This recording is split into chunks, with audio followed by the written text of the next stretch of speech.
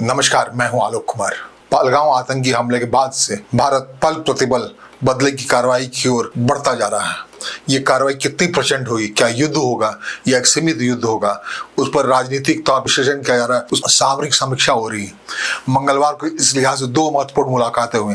प्रधानमंत्री, रक्षा मंत्री, राष्ट्रीय सुरक्षा सलाहकार, तीनों सेनाओं के प्रमुखों और सीडीएस के साथ बैठक की, जिसमें उन्होंने सीधे तौर पर कहा कि सेनाओं को बदले की कार्रवाई के लिए खुली छूट दे दी गई। अब सेना को तय करना है ये कार्रवाई कितनी प्रचंड होगी, आतंकवाद के जड़ पर किस तरह से भारत एक बड़ी कार्रवाई करेगा, जिसके आधार पर दुनिया के सामने एक मिसाल खड़ा होगा। अब तो जो भी मिसाल है वो सारे मिसाल बने होंगे।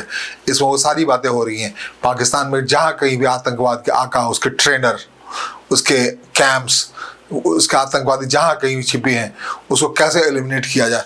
और चुपके से एलिमिनेट नहीं किया जाए, घोषित तौर पर एलिमिनेट किया जाए। ऐसी मारक कार्रवाई हो, पाकिस्तान के लोग ही पाकिस्तान सेना के खिलाफ हो जाए। ये सारी रणनीति पर विचार किया जा रहा है, गहनता से विचार किया जा रहा है। खुफिया तंत्र का पुरजोर इस्तेमाल किया जा रहा है। और अब तक जो अमेरिका और इजराइल आतंकवाद के खिलाफ कार्रवाई में जो मिसाल करते रहे हैं, उस मिसाल से भी बड़ा मिसाल कायम करने की कोशिश हो रही है, जिसमें राष्ट्र प्रथम सबसे बड़ी बात होगी।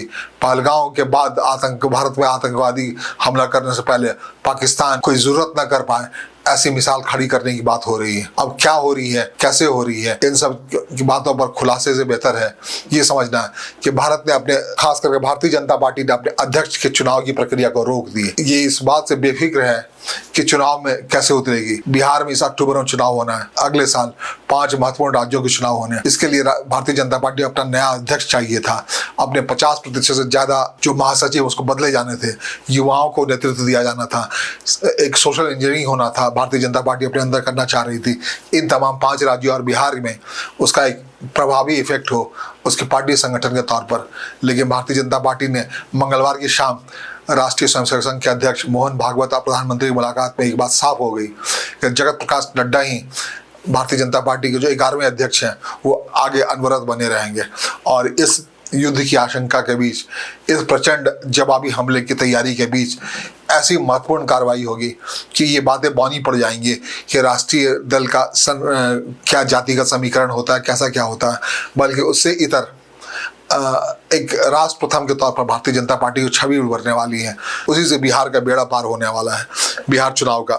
इस बात को लेकर प्रशांत किशोर और तेजस्वी काफी घबराहट में, कांग्रेस पार्टी तो है ही, उनके पदयात्रा के बीच में पदयात्रा चल रही है, लेकिन क्या स्टैंड ले वहां कांग्रेस अध्यक्ष, क्या स्टैंड ले बिहार में कन्हैया कुमार अपनी भाषणों में इस मौजूदा हालात में उनके समझ से परे है।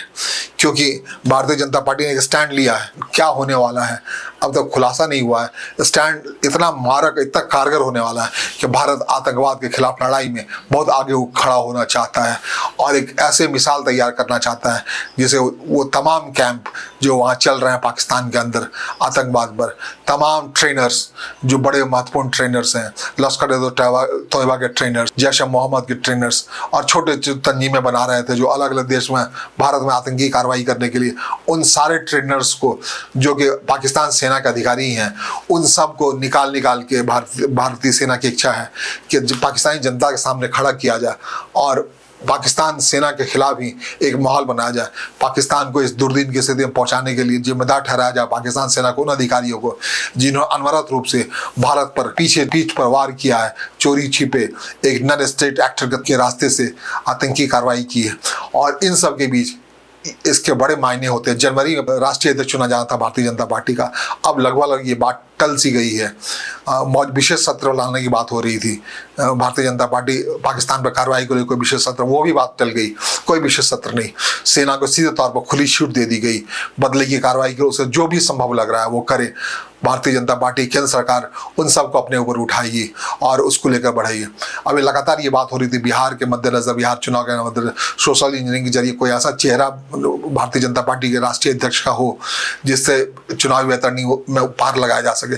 कई सारे नाम तैयार रहता है भारतीय जनता पार्टी के अंदर राष्ट्रीय अध्यक्ष के तौर पर, लेकिन ये 11वीं राष्ट्रीय अध्यक्ष जगत प्रकाश नड्डा का, उनकी किस्मत के जो भी कहिए 2020 से लगभग वो अध्यक्ष बने हुए हैं और आगे भी बने रहने की पूरी संभावना है। कल की मुलाकात जो हुई है प्रधानमंत्री और राष्ट्रीय स्वयंसेवक अध्यक्ष मोहन भागवत के बीच, उसमें इस बात का कंसेंट ले लिया गया क्या भारतीय जनता पार्टी अपने राष्ट्रीय अध्यक्ष का चुनाव टाल सकती है। राष्ट्र को ख्याल में रख करके ये कार्रवाई पर सोचे और पाकिस्तान के चूल्हे हिला दे, खास करके उसकी इस साहस, इस दुस्साहस का कठोर से कठोर जवाब दिया जाए। ये जवाब युद्ध की शक्ल में होगा, या आंशिक युद्ध की शक्ल में होगा। आंशिक युद्ध की मतलब बालाकोट जैसा होगा, या फिर पठानकोट एयर बेस के समय जो कार्रवाई हुई थी उस जैसा होगा, या कहीं अंदर घुसे उन तमाम आतंकी कैंपों पर होगा, या पाकिस्तान सेना को उन अधिकारियों पर होगा, उस विंग पर होगा, उन चुनिंदा विंग पर होगा जिसका काम लगातार भारत के खिलाफ आतंकवाद को खड़ा करना है, ट्रेंड करना है, आतंकवादियों को देश के अलग अलग इलाके में भेजना।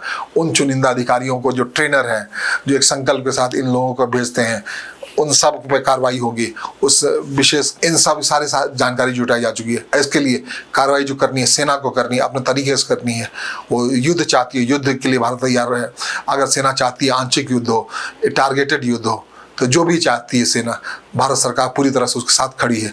चुनावी राजनीति से इतर जाकर के बिल्कुल दिलेरी के साथ, राष्ट्र प्रथम की भावना के साथ ये एक्शन होने वाला है। नमस्कार, धन्यवाद।